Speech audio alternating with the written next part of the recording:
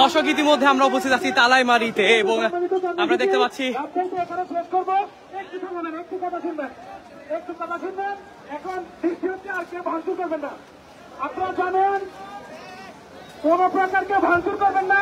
আর এখানে আজকে এখান থেকে কর্মসূচি শেষ হওয়ার পরে কেউ একা একা যাবেন না, মিছিল নিয়ে অথবা সমবেতভাবে যাবেন।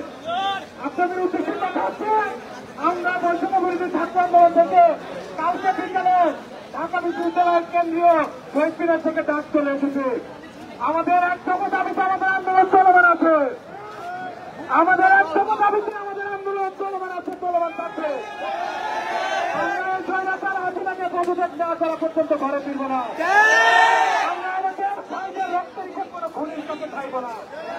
আমরা বাংলাদেশকে নির্মাণ করে আমাদের ভাইদের হত্যার বিচার করব, আমাদের শহীদ ভাইদের হত্যার বিচার করব। জানেন এখনো পর্যন্ত বাংলাদেশে গণহত্যা চালু আছে। আপনারা জানেন আমাদের এখানকার সাংবাদিক রাশেদ রাজন ভাইকে গ্রেপ্তার করা হয়েছে। আমরা অবিলম্বে রাশেদ রাজন ভাইকে মুক্তি চাই, অবিলম্বে রাশেদ রাজন ভাইকে মুক্তি দিতে হবে। আমরা অবিলম্বে যাদেরকে গ্রেপ্তার করা হয়েছে ওইসব ভাইদেরকে মুক্তি কামনা করছি। আপনারা পাড়ায় পাড়ায় মহল্লায় মহল্লায় এই স্বৈরাচার সরকারের বিরুদ্ধে প্রতিরোধ করে তুলুন। আমাদের নির্দেশনা অনুযায়ী আমাদের সমাবেশে অংশগ্রহণ করুন।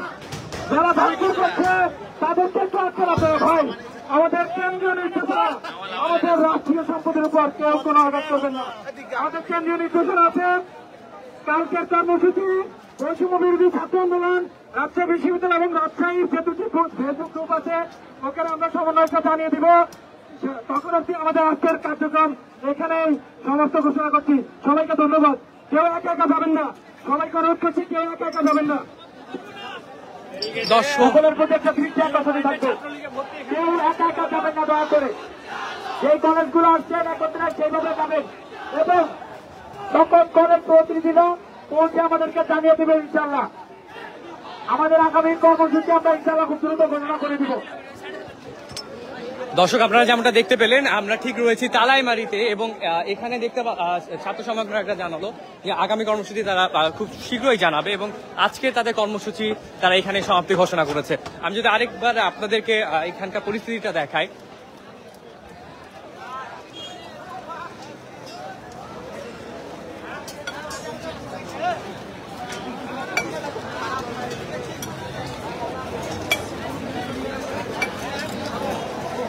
আমরা দেখতে পাচ্ছি বিশাল সংখ্যক ছাত্রছাত্রীরা এখানে উপস্থিত আছে এবং তাদেরকে দলে দলে ঘরে ফিরে যেতে বলেছে, কেউ যাতে একা না ফিরে যায় বলে তারা আহ্বান জানিয়েছেন। আমাদের নির্দেশনা অনুযায়ী আমরা একা একা কেউ যাব না।